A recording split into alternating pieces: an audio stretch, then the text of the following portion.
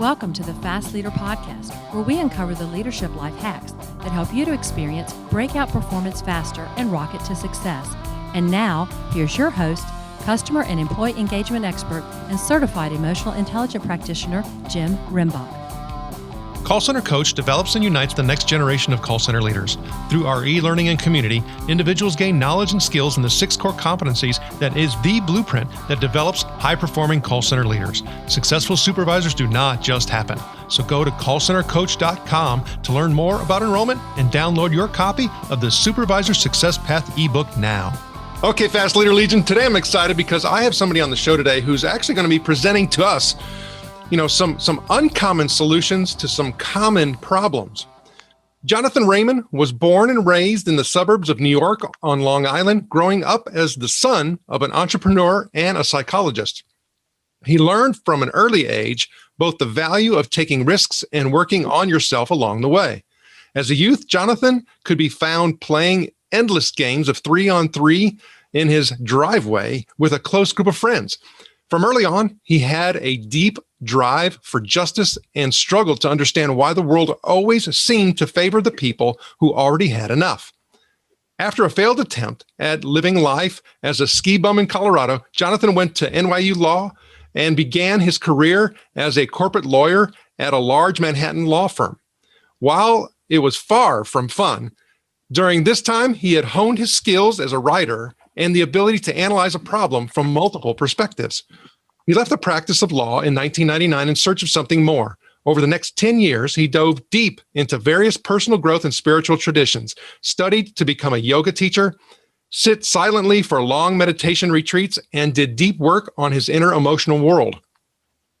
In his personal life, Jonathan developed a knack for business development. He took on business growth roles for a few tech startups in San Francisco before co-founding a wind energy company that won the first ever government contract for wind power in British Columbia. In 2011, Jonathan became the CEO of eMyth, where he found the sweet spot that would become his life's calling, working at the intersection of personal and professional growth. After leading a 3-year full-scale corporate transformation, he decided to strike out on his own to create Refound and wrote his first book, Good Authority: How to Become the Leader Your Team is Waiting For. Good Authority won the Axiom Award for Leadership in 2018. And Seth Godin wrote that Good Authority is a modern classic and it will redefine what it means to be the boss. In 2018, Jonathan was named one of Inc. magazine's top 100 leadership speakers, and he's become a trusted advisor to CEOs and presidents who are navigating high growth.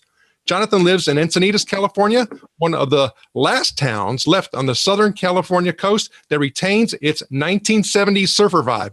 He's blessed to spend mornings before work on his stand-up paddleboard, catching waves and connecting with nature. He's married to his wife of 10 years, Alexandra, and is a proud dad of 2 girls, Livia, who is 16 and stressed out too much about school, and Ella, who is almost 4 and is beyond ready for her happy birthday. Jonathan Raymond, are you ready to help us get over the hump? I am, Jim. Thanks so much for having me on the show. I'm glad you're here today, and I'm looking forward to our conversation. We kind of started it a little bit before, and so now we're going to complete it. And so I really, before we get into that discussion, would like to get an understanding of how what you're going to share with us today can improve the customer experience.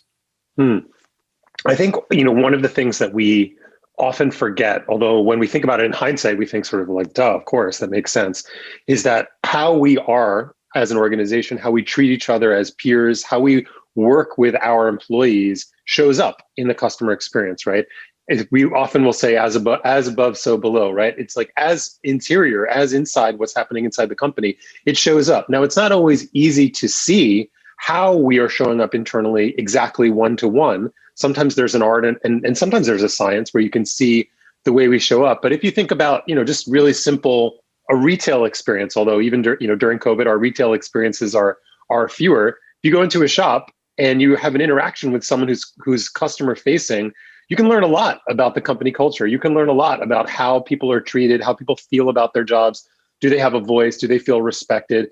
That happens on a much larger scale when you're dealing with a customer service ticket. Even if you never meet that person and you may be only corresponding with them over email, you can, if you don't even have to really pay much attention, but you'll start to see these threads between how people feel, how much passion they have, what sense of ownership do they have, what kind of decision-making rights do they have. And that's all informed by the way we organize and behave culturally and as leaders. Well, and so when we're talking about this, really we're talking about how we're leading those people who are having those interactions, and going up within the organization, how ultimately we're sending that message, creating the systems, creating the frameworks, putting in the KPIs. I mean, it's very multifaceted. And in the book, we talk about, one skill being the most important that can impact your business and your life, and that we need to develop this skill. What skill is that? Let's approach it the other way. The skill that we have overdeveloped, most of us bordering on all of us, is the ability to fix things and solve problems. This is what our school systems, generally speaking, teach. That may be changing a little bit on the margins these days.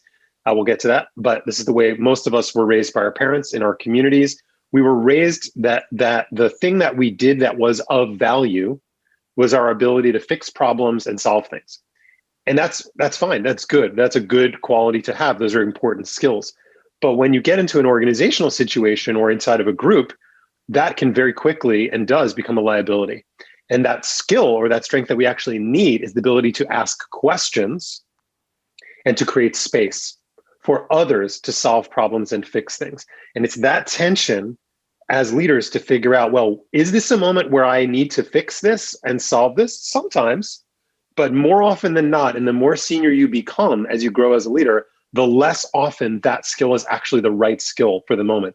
The right skill for that moment is more and more asking a question and creating space. And we can say a lot about not just asking a question where you know the answer and everybody knows you know the answer, but genuinely asking an open-ended question and waiting for other people to exercise that voice, to actually show up in that moment of autonomy and to create space for that. That's what we see over and over again, whether it's Fortune 100 or small companies. That's the skill that leaders have underdeveloped and is the skill that makes an enormous impact on your people, your customer experience, your profitability, all of those things. Well, and when you say that, I'm starting to think about the skill that goes with that, which is vitally important, is the skill to wait through that uncomfortable pause that happens. Yes. Yeah. Yeah, it's huge. We're not, we don't train that skill, right? We don't train mostly as human beings, especially in the Western world. You talked a little about in the intro about meditation and yoga, and you could say a lot of things about a lot of those traditions. But what they're really teaching you how to do, the skill that you develop, the discipline, is how to bear discomfort, right? How to bear the discomfort of uncertainty or ambiguity. And that is a skill that is not well trafficked in our world, right? Most of us really struggle with that. And now we have, a bunch of engineers in Silicon Valley chopping up our attention into little micro bits, making it harder and harder. So we have all the tools at our disposal to avoid discomfort and ambiguity in every moment. We're just pick up the phone, right? And so that skill becomes both in more rare supply and also that much more powerful when we do it. That has so much depth and is so profound in a multitude of different levels. I mean, as you were talking, I start running through all these kinds of different scenarios that I have had throughout my career, even personally, when there's been times where two things, first of all, I haven't done it. And then I know my frustration because space hasn't created because it wasn't done to me. Yes. Yeah. And that's really, where I remember when I started out in the practice of law, the reason why I left is there was a senior partner, he was a really nice guy. His name was Stanley. He was probably in his 70s at the time.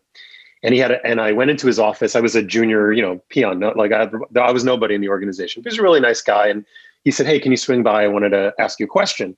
So I went into his office, and I was in his office for 30 seconds and the phone rang. And he looked at me and he picked it up and he said, "Oh, let me hold on 1 second." And he looked at me and he said, "Hey, Jonathan, I'm really sorry to have to do this. In the old days, I would have sat you down. I would have said, 'Hey, come sit down and listen in on this call with me and maybe take some notes and see what you pick up and see what you learn.'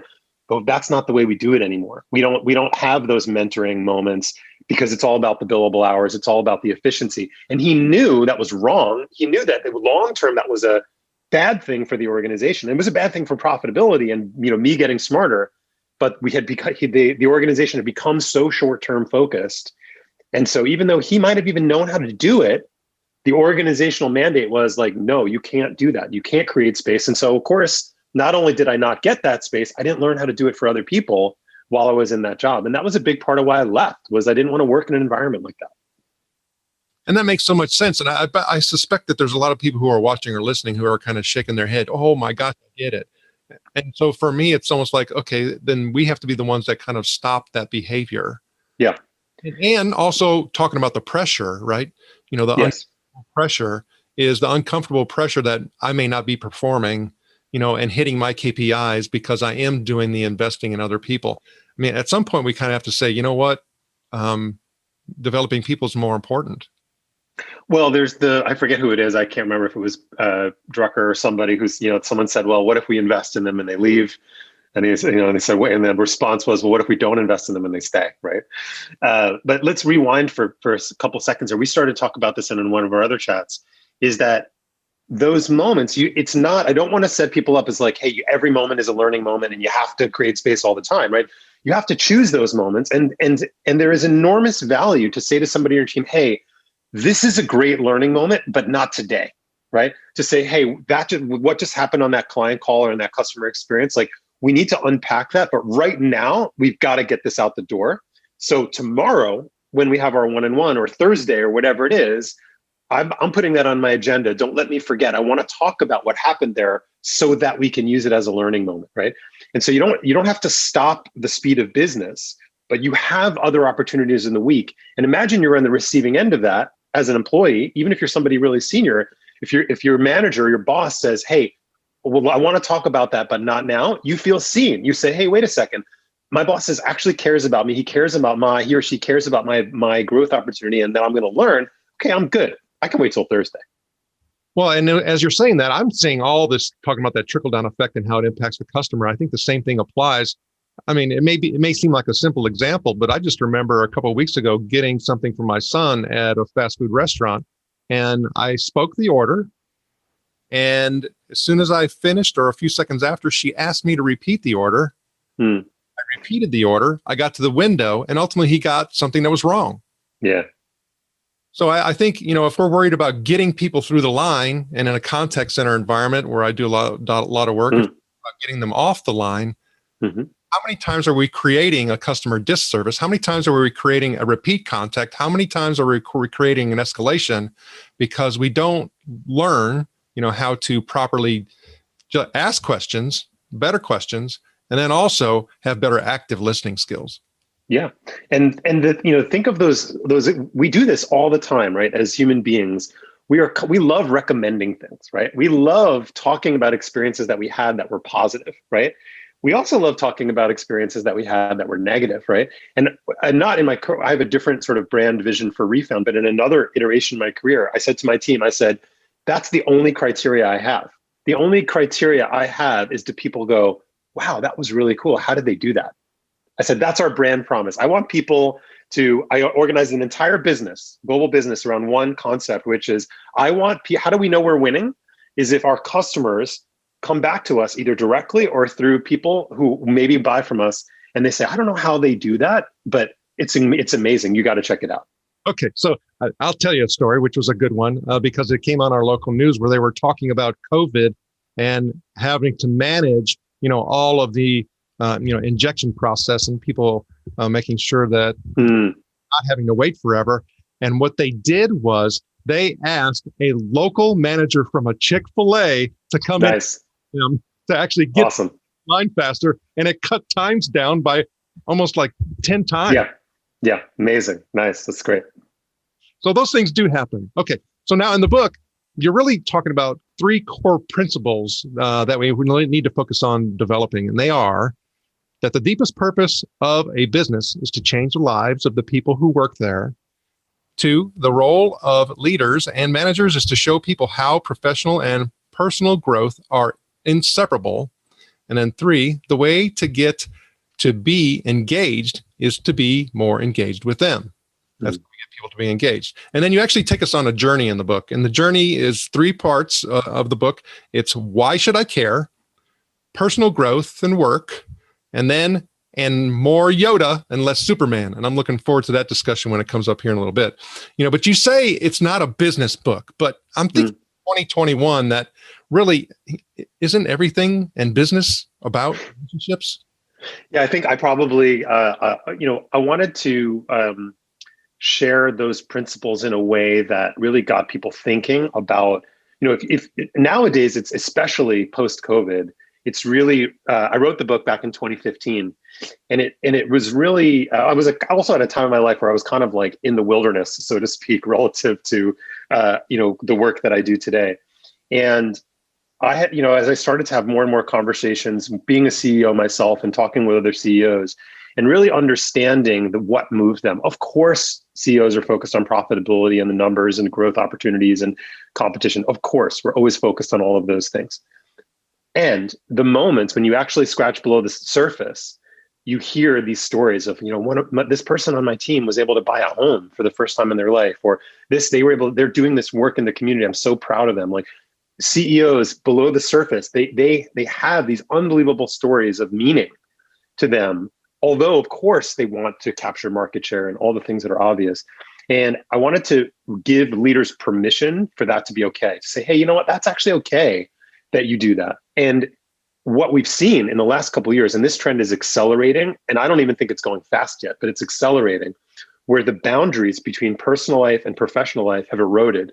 Now we could say, well, there's a problem, and there is, right? There's a problem if people having to work all the time, and they can't. That's the sort of the downside of it. But the silver lining is we're now doing something that people have been talking about for at least 4 decades, which is to use work as a place or a vehicle or a venue for personal transformation. People have been talking about that since the 60s. So many of the things that people were talking about in the 60s, right? They're mainstream now. This is becoming mainstream thought. And when I wrote this book, I wanted to be a push in that direction to bring these ideas into the mainstream. There's nothing about a human being, right, and who they are and what matters to them that you can't find a way to make that relevant inside of a business, right? And nowadays, people, employees, and also all of us as customers, we're looking at businesses and we're saying, well, does this business align with my values? Am I going to put my dollars in the pocket of this business? Well, I don't know. Let me see what the CEO says about this cultural trend or that, whatever, down to every single week. This week we're looking at GameStop and, Wall Street bets, and well, what do CEOs think about this? And what side are you on, right? But there are these opportunities over and over again where we're seeing how people feel about a business, whether it's a business they shop at or the business they work at. It's personal, right? And this fiction that it isn't, it was never really true, but these days we're really seeing how deeply people want to feel aligned with the places that they shop. And again, there are some downsides. We have to be careful, but that's, to me, is the greatest positive of this time we're in right now, is people want meaning. They want their values to be aligned, and they want a company and a manager who recognizes that. Arguably, that wasn't as easy as it is today. In other words, I felt trapped as a customer with a certain business or, maybe even a certain product because I didn't realize that I had choice. But now, with the information highway being what it is, I can very easily say, okay, that's not okay with me. Therefore going to, find something or someone or somebody or, things differently that do align. So I think we're seeing that in all facets. I think that's reasons why we're having such the issues that we're having with our government and the duopoly. So I'm not happy with Republicans or Democrats. Same. So when I think about, fixing the employee engagement problem, because I get that question, how do I fix my employee engagement problem? Myself, going back to being in, customer service and customer care, I saw firsthand when my team felt engaged that my customer was taken care of. And so I tried to focus in on. Now, the way I was described when I was managing a very large staff of people, that I was firm, but I was fair. I had an expectation, but I always helped people to try to be successful. And I had, expectations of myself, and I had expectations of them. And so I always had scenarios where I did have a high performing team, but they were an engaged high performing team. It wasn't a scenario where I was burning them out and they were taken off. And at that time, I really didn't know how I was doing it. I really didn't know. And so I wanted to continue to study because it was something that was important to me. So I became certified as an engagement specialist. I became certified as in emotional intelligence. I created a virtual leadership academy to help develop skills for contact centers called Call Center Coach. And I've always been focused in on that. But this problem is not going away. Yeah. It's increasing. So what do we need to do about this employee engagement problem? We really need to ask different and better questions. What most organizations do when they get a engagement survey, regardless of what tool you use, I talk with CEOs and CHROs all the time, and they say, well, the data is clear. We're not good at this. And I said, okay. And so, but what we find is that people throw solutions way too quickly, and they don't actually ask, well, what does that mean, right? Oh, so people don't feel like they have a voice. Great. That's good. That's a good data point. What do they mean by that? If you have 100 people, you're going to get 100 different answers if you ask. Now, there's going to be common threads between those. But what rarely happens is organizations to stop and actually do a deep dive on that data. Getting the data is not difficult, but coming to understand that data and to actually use that to start a conversation. Most people use that data to end a conversation. And they say, oh, the engagement data says this. We're going to buy this service that creates bonus points or whatever, right? And they throw these very linear solutions at nonlinear problems instead of seeking to understand, like a good manager, like a good CEO. We would never treat our customers this way, right? We would look at our customers and say, oh, there's a customer behavior. We would go, wait, why are they doing that? Why are they clicking on that button? Why are they buying that and not that? Let's really try to understand the market. Let's understand the behavior behind the behavior. We do this with our customers all the time, but then we look at our culture and we think we know the answer because we saw it in a spreadsheet. It's ridiculous. So it starts by asking different questions, by stretching out, by you don't have to get 100 people together, get a group of people together and ask them some different questions. Hey, it's really simple. In the survey, we heard something around people not feeling like they have a voice. Can you say more about that? What does that mean to you? Do you see that differently in different parts of the organization? What would it look like if you had a voice? Can you give me some specific examples? And actually engage, to the third principle. If you want people to be more engaged, engage with them, ask them questions, and act like you don't know the answer because you don't. So show up that way, and then you'll start to get underneath the engagement problem, and you'll get some easy things, and you'll get some really difficult things. And then you'll figure out, okay, where can we cut in? How do we best solve this problem right now? And it sounds so easy, but the fact is that a lot of people can't verbally convey the things that are really affecting them. And a mentor of mine really helped me about these key concepts, and you can call them pillars if you want, around engagement that start, from a data perspective, being consistent. And I talk about them being the 7 keys to employee engagement. And that is feeling valued, conflict management, ownership, openness, motivation, feedback, and then difference management, which is very different than diversity. And I would dare to say, when you start talking about things that people can convey fall in there, things that people can't convey fall in there. And it could be everything like, I just don't feel like I have all the tools that I need in order to do my job. So therefore, I'm very valued. All of these things start coming into play, and people from their perspectives start talking about them quite differently. So it's not to take the data and interpret it by any stretch of the imagination. Right. And I think one of the common mistakes that managers or leaders make is they assume that people want so much more than they actually do.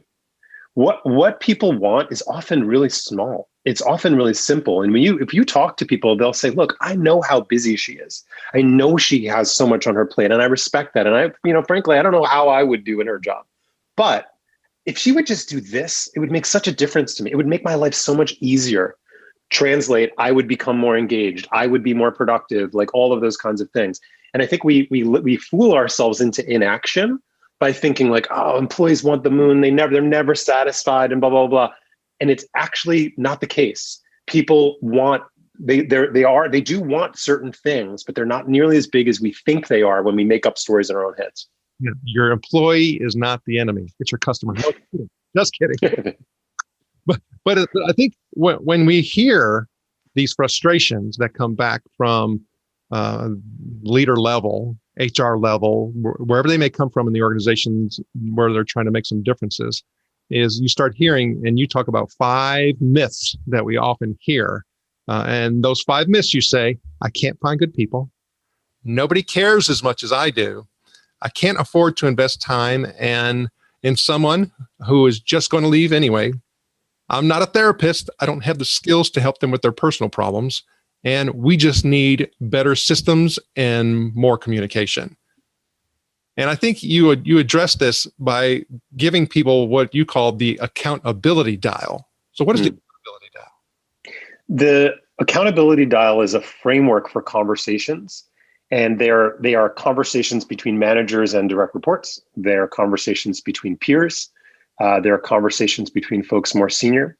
And one of the lessons that I learned as a CEO when I was struggling early on in my CEO career, where I realized that we were talking about accountability, we were talking about personal ownership, we were talking about responsibility, but the way we were going about it was really binary. We were actually doing mostly command and control. We were, no matter, even however nice we said it, we were telling people what to do. And then we were getting mad at them when they didn't do it, right? And the accountability dial is a way to engage people to that third principle much sooner, much simpler, in a much softer way than most managers typically do. What the accountability dial, if we approach it this way, was designed to solve a specific problem. And the problem is what I call spontaneous management combustion. And spontaneous management combustion is I see something and I don't like it, but I don't know what to say. I see it again, it's becoming a pattern and I'm getting annoyed, but I don't really want to, I know that person's going to get defensive, so I don't say anything. I can see it impacting the business, but I'm going to make a workaround instead of actually having, and on and on and on until I get so frustrated that I lash out. And that lashing out, sometimes it takes the form of yelling, but that's rare. It often takes managing around somebody, subtly undermining them in a meeting, talking over them, not taking their ideas seriously. That's that spontaneous moment where we've decided, person's no good, right? And then we're all in those myths, right? I can't find good people. Well, they just don't care. And it's baloney. We miss the moment as managers and leaders to go to that person and say, hey, something happened this morning that I wasn't sure what to make of it. So I just wanted to raise it with you before it went any further in my head. And I made up a story about it. It's what we call the mention in the accountability dial. And what you'll find is nine times out of 10, you misinterpreted the data or the action. And it doesn't mean they did it right and you're right about something. There's something off in what you saw, but the story you made up in your head about why that action was off was wrong. So we take people through, we train leaders, whether you're a CEO, first-time manager, or a mom or a dad, doesn't matter. Anyone can use this tool to structure your conversations, to start small, to ask a question about something that you're concerned about, or you have a worry about, or you're not sure, and then see how they respond.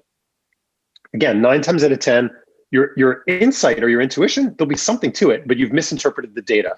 And then that person will give you new data, and then you can respond, right? The only mistake we make as leaders is we don't say anything. We let that frustration build, we let that emotion build, and we've got 5 direct reports or 10 direct reports and a team of 100 and a department of 1,000, whatever it is, right? And it builds and builds and builds and builds. And everybody's feeling it. Everybody's looking at us and being like, oh, well, that person's not in a good way. So the accountability dial is a way to de-escalate, ask questions, have those conversations, pull them through into your one-on-ones so that people feel like they're getting the feedback to one of your pillars. They're getting the feedback that they need to make changes. People want to change. They want to have an impact. That impact is different. People's psychological needs are different. If they're, frontline hourly worker, what having an impact means to them is really different than a VP of sales, right? But nevertheless, there's a common denominator. Humans, we want to feel like we're having an impact. We want to feel like our work matters. And so the accountability dial is a way to engage with people at whatever level they're at so that they have that experience that you care, that you're invested in their growth at whatever level makes sense. And you're looking out for them and you're helping them see ways that they may not be bringing their best self to work without ever being like a therapist or trying to be a guru or trying to, create some kind of weird environment, just by asking questions and having conversations. As you're talking about these, there's skills associated with giving feedback. There's skills associated with receiving feedback. And the whole willingness to be able to do it is vitally important for an organization's, let's just say, their velocity. And because if I'm dealing with a lot of issues where I can't get to that point and have those conversations with the people who are coming in, it's going to be a boat anchor for everything. So are we going to have to actually take what you're talking about and also change the way we profile and hire and bring people into the organization as well? Absolutely. You know, the most common way we do this today, although we're seeing a lot of our clients putting good thought into changing this, is we have people with a technical capability on a team. The leader of that team leaves or gets promoted, and we tap the person who we think is the best technical person to lead that team, right? We haven't tested them for capabilities or competencies in leadership and feedback and coaching and making space for others. And we probably made the problem worse twofold. One is we put a bad manager in charge of that team. And the other is we took our best individual contributor and we took them away from their individual contribution. So really dumb. But it makes sense, right? Because, well, we know them, they're aligned with our values, they are respected in a certain way. What we're seeing organizations do now is we're saying, hey, wait a second, that's not enough. If you want to lead a team, it's 51% or more is in how you run that team. It's fine, but because I can run an engineering team and I'm not an engineer, right? It's not about that. Does it help? Sometimes, right? But you got to know the basics, but you got to understand people. And so what we're seeing organizations, and I've actually seen Fortune 100 companies better at this than smaller businesses. It's an interesting way that sometimes big businesses are better at this, is they're starting to build into comp frameworks and performance reviews. They're saying, hey, wait a second, we're going to start scoring you. We're going to start putting into your comp these qualities, these competencies. And I think if we fast forward, if we listen to this interview in 10 years, people are going to be like, holy cow, that's how you measure a manager and a leader. And it's a slow moving process, but it's changing, and it's changing fast because people leave when they don't have that with their manager. And that's really expensive. 2 years and 2x someone's salary to replace them when they leave because of disengagement. Oh, and you know the data. I mean, that number can vary quite greatly. And if you're talking about people who are interacting with a customer, it's not just that replacement cost. You know, there's a whole lot of opportunity cost. There's a whole lot of lost customer cost. There's a wealth of costs that are associated with it. And the thing is, when you start talking about the complexities in the customer experience world, is, you know, the interactions that are happening are more difficult than they've ever been because customers are self-serving. So yes, that cost, that impact to the business, oftentimes I find is just grossly, underestimated. Yes, indeed. Okay, so we talked about reimagining micromanagement in our previous conversation as well. So now you're saying we need micromanagement, we don't need micromanagement, or we just need to look at it differently? We just need to look at it differently. Google did a great survey internally. They've done some amazing kind of research on it because they have a huge population. And what they found is they said people loathe being micromanaged on their tasks. People hate it. But they desperately want and value micromanagement when it comes to their career and their own development, right? So we got to separate micromanaging tasks versus micromanaging development. We want to be micromanaged when it comes to developing our skills and getting better and being more value. We just don't want you emailing us saying, "Hey, where is that report?" Right? And so it's not a difficult distinction to make, but it's easily forgotten. And when we ask organizations, we're always doing organization. When we come into an organization, we ask this sort of two-part question. We say, are you getting feedback, right? And people say, yeah, I actually get a lot of feedback. Second question, are you getting developmental feedback? Nothing, right? So the distinction it's dramatic, right? People are getting feedback all the time. It's a red herring. Well, we want to have a culture of more feedback. I promise you, there's plenty of feedback in your culture right now. It's mostly unconscious. It's mostly hostile or passive aggressive, and very little of it is developmental, positive psychology based about the growth of the human being. So don't worry about creating more feedback. Create the right kind of feedback and the spaces for personal growth. Okay, so there's a couple things. We have to kind of recap a few things. You talked about, motivation and these systems that are put in place in order to handle or try to address a complex problem. And Susan Fowler, who's been on the show a couple times, talks about that being motivational junk food when we try to entice, people to be engaged with the organization. And I think it's important that we mention that because people should check out Susan's work. It's fascinating. And also Michelle Borba, who's been on the show, talks about, the younger generation and being totally self-absorbed. And I'm not getting, that type of interaction and engagement and feedback. And that when they get to the workplace, and now they're getting to the workplace in mass number, they're not even used to having discussions about their own personal development. So how do you address that? It's interesting. I would say it's really the time we're in more than generational in my experience. I think that this is a little bit of a byproduct of our world. We don't have, our social contract is really frayed, right? In terms of our willingness to support community, to work outside of ourselves, to be aware of our impacts on other people. To me, that's the pandemic, if you will. Even though I do think COVID is real and we should deal with it, and hopefully we'll get better at it.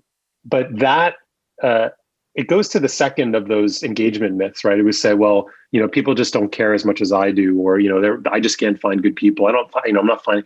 We're not really asking good questions, right? We're not really sitting down with that person and talking with them. And so, let's accelerate. Let's say I've got somebody on my team and maybe I missed something in the hiring process or the recruiting process, and they seem to be, all about them, right? They're only interested in their own thing. Well, that's a conversation to have with somebody, right?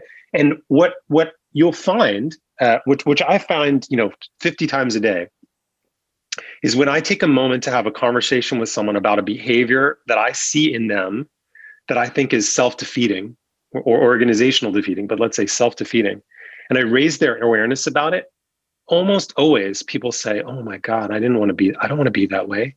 That's not how, oh, wow, thank you so much for telling me that." Now, again, that's what the accountability dial is designed to have, that conversation in a way that yields that type of response, right? So if I go into that conversation and say, well, you just make everything about you, right?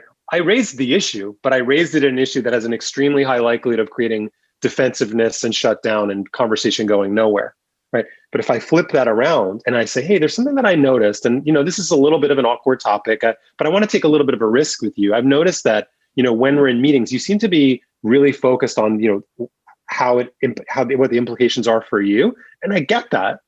But part of your evolution, I think, is maybe, looking up and seeing how does it impact other people. I'd love for you to take that on as a challenge, right? People are going to respond really differently to that type of a mention than to one that's coming from you're screwing up and you must change. Very important information and insight, because I think, as I mentioned already, a lot of this does translate into that interaction that happens with the customer. There was a story that I was telling about a time when I was still in university, and I was working while I was in school. And the manager that I worked for always used to say something as like a phrase. Well, working there long enough, I started saying it myself as well. And I was working with a customer and I said that phrase. Well, it upset the customer. And so he went playing about me, to my boss. And so I wonder what he was thinking when he's like, oh my gosh, I taught him that, right? Right. But we don't realize how what we do as a leader and what we model as a leader and what we say as a leader will get taken on, as their own, response and behavior. It makes me think of something you said earlier where, in terms of the level of complexity and the level of context that's required to do effective customer service has gotten higher because there's so much automation options to sort of gobble up the low-hanging fruit of those transactions. How are people going to innovate? Because what you need from them to that moment is innovate. They're innovating in a conversation, right? They're digesting context. They're trying to look at it from multiple. How are they going to do that with no role modeling inside the organization? How are they going to do that with your customer if you don't do that with them? And I think that's really important. So a lot of people would say, oh, well, we have this artificial intelligence self-guided system that would actually help them and give them presentations of information and responses. And I don't care what you say. A machine cannot add the color and connection human being can. It just can't. There's a Adam Grant, who probably a lot of your listeners know, is a really popular, leader. He wrote an op-ed recently. It's funny because he's a leadership, guru. He's in this club, and I thought it was interesting. It was humble of him to say this, but he was actually having this experience talking about vaccines with a friend who was very anti certain thing or whatever, and he had a certain perspective, and he realized, even though he's a very well regarded leadership thinker and has written countless books, that he didn't know how to have a conversation from a place of curiosity, right? He just knew how to logic. And so his friend said, "You're a logic bully," was the phrase that he used with him. And so I don't know Adam Grant, but I don't know if he did anything with that. But that's a lot of times that's what it feels like for employees, right? Is like, well, you're a logic bully. You're not actually listening. You're not actually asking questions. You're not willing to look at the subtlety and the nuance of this interaction. Bye, I'm disengaging. I'm out. Well, with my 15-year-old son, we've had some dialogue along those lines. And I said, well, okay, so if I'm giving you all the logic and all the fact-based information, so you have all the data in front of you, and you choose to defy it and make a different decision. I said, you know what they call that? And he goes, no. I said, Trump. Now, hey, I don't care what your political affiliation is, but we have to acknowledge, too, that evidence is there. Yeah. You do have to make a better decision. Right. Or in this case, evidence is not there, in which case we should be a little bit more sophisticated, or hopefully a lot. Exactly. Okay. So needless to say, when you start talking about transformation, when you start talking about, going through and making and taking the right behavior to get the right outcomes, I mean, there's a whole lot of things that are associated with that require us to focus and give important attention to. And one of the things that we use on the show to help us really give focus and inspire us are quotes. A quote or two that you like that you can share? I'll give one from good authority because it's one that people mirror back to me often. And I think it goes to our conversation, which is you don't get to look good and grow at the same time. And so that's that's just one from mine that I like, and people reflect back and say it's uncomfortable. It's right. What you're asking of me, I get it. I want to be that. I want to do that. I know that that's my journey. It's uncomfortable, and I go, yeah, I get that. Right. And then I would say the other one is we teach best what we most need to learn, which I put at the front of the books. Richard Bach, who wrote Jonathan Livingston Seagull for folks of a certain generation, we teach best what we most need to learn.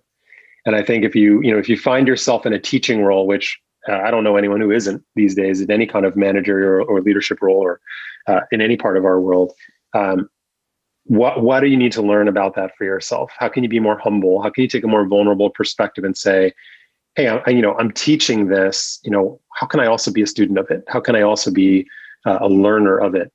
And there's probably everybody has seen this video, this ad on YouTube from Neil deGrasse Tyson, who's kind of like the everyman's astrophysicist. And there's a quote in front of his masterclass, and he says, I'll probably butcher it, but he says the secret is to know enough about a subject to know that you're right, but not enough about a subject to know that you're wrong, or something like that. Yeah. People, you get the idea. Well, no, that's good, because actually that quote and a picture of Neil is on my Facebook profile. Book profile, because it is so profound. And oftentimes in this world, you talk about how we're conditioned to not have that vulnerability. We're conditioned to be right. We're conditioned. And it's like, look, you need to know that staying at a Holiday Inn Express is not going to make you a genius or a surgeon. It's just not right. And understanding that limitation is critically important, especially when you start talking about developing folks that we need to develop. It's our duty as we age and we get more wise. It is our duty to give back in that way. And there's no skill that's more crosses that boundary between personal and professional growth than the skill of being able to support other people without fixing their problems for them. Right. And that skill crosses the divide into family and relationships. Anyone who's listening, who's married, if there's any skill that anyone who's married needs to develop, is to not try to fix your partner's problems, but to support, to listen, to be curious, right? To hold space. Same exact thing we need to do for people at work. Oh, very true. Okay. So there's times where we don't do that. They're learning experiences. We talk about getting over the hump. Yep. had the opportunity to go through and read your book and hear about your story and your, journey and, we talked about a little bit in the bio, but is there a time where you can give a little bit more specifics about the time where you've had to get over the hump? The biggest one for me was really, an arrogance that I held. I really thought that I was good at this stuff, right? I really thought that I was good at the leadership thing and that I was developing people and that I was creating space. And I came to a place in my career, this was back in 2013, kind of 7-8 years ago, where I had to take a real hard look in the mirror. And I was at a place where the business that I was running, it was okay, but we weren't able to. We weren't hitting the mark the way I wanted us to do. We were still kind of stuck in neutral a little bit. And at the same time that was happening, things weren't going well at home. Like I wasn't in a good place. My wife and I were just like, we just kind of lost the thing. We lost the thread of why we loved each other so much. And my whole world, I didn't have any health things at the time, but it was one of those moments where I felt like everything was off at the same time. And I had this and I was still up until the last minute, I was still kind of telling myself that I had it figured out, or that I knew what the answer was and I knew what the way through was. And there was a real dark night of the soul where, a couple people in my life, some who said it nicely, some who said it not nicely, really held up the mirror to me and said, you're missing it, bud. Like you are off. You're not looking at this the right way. And it really was a confrontation with self that I hated. It was horrible. It was terrible. I was embarrassed. I was humiliated. And it was the best thing that ever happened to me. And to really just be kind of on the floor in a puddle being like, what am I missing? How can this all have gotten so screwed up and so sideways? I thought I was good at this stuff, right? And that was the time in my life where I really opened up to something larger and something bigger than my own ego and my own ability to control things. And it's not that I never have moments like that, but I never went back from that moment and got over that hump and crested that hill and changed, as a human being, and never went back to that older, less evolved version of self for me. Well, I mean, for some of us, especially men, they may call that our midlife, right? Yeah. At that time. Yes. You also see it from a career perspective. You had mentioned something about that technical expert that gets put into a position of authority and power, and therefore, they can't figure why they can't get any higher, right? They hit the ceiling. And there's so many people in that role that become technical experts that need and as you get higher, they need to flip to be a human expert. And yes, it never happens. I've seen a really amazing emergence of communities of engineering leaders, for example, who are the last people, stereotypically you would say, well, engineers don't care about that. They don't care about soft skills. They're just, they just want to, be on and you're seeing a sea change of engineering leaders, engineering organizations basically saying, hey, that's not enough. That's not enough. If you want to be a leader in our organization of a small team or a division or it doesn't matter. You got to work and you got to invest on the communication and your ability to hold space and to be a coach. Otherwise, we can't give you that job or we can't keep you in it. Well, needless to say, there's a lot of work that needs to be done in a lot of different places, and you're doing some good work. And the Fast Leader Legion wishes you the very best. Now, before we move on, let's get a quick word from our sponsor. An Even Better Place to Work is an easy-to-use solution that gives you a continuous diagnostic on employee engagement along with integrated activities that will improve employee engagement and leadership skills in everyone. Using this award-winning solution is guaranteed to create motivated, productive, and loyal employees who have great work relationships with their colleagues and your customers. To learn more about An Even Better Place to Work, visit beyondmorale.com/better. All right, here we go, Fast Leader Legion. It's time for the Hump Day Hoedown. Okay, Jonathan, the Hump Day Hoedown is a part of our show where you give us good insights fast. So I'm going to ask you several questions, and your job is to give us robust and rapid responses that are going to help us move onward and upward faster. Jonathan, Raymond, are you ready to hoe down? I hope so. All right. So what is holding you back from being an even better leader today? Let's see. Just trusting in people to the next level. What is the best leadership advice you have ever received? Make space in your day where it's not blocked out, period. And what would be one tool that you believe helps you in business or life? Nature. Find a way to connect with nature every day in some form, even if it's a 2-minute walk. And what would be one book you'd recommend to our Legion? It could be from any genre. And of course, we're going to put a link to good authority on your show notes page as well. I would say we'll say one that's out there, which is Skinny Legs and All, which is one of my favorites from Tom Robbins. Okay, Fast Leader Legion, you can find links to that and other bonus information from today's show by going to fastleader.net and doing a search for Jonathan Raymond. Okay, Jonathan, this is my last Hump Day Hold On question. Imagine you were given the opportunity to go back to the age of 25. You can take the knowledge and skills that you have now back with you, but you can't take it all. You can only take one. So what skill or piece of knowledge would you take back with you and why?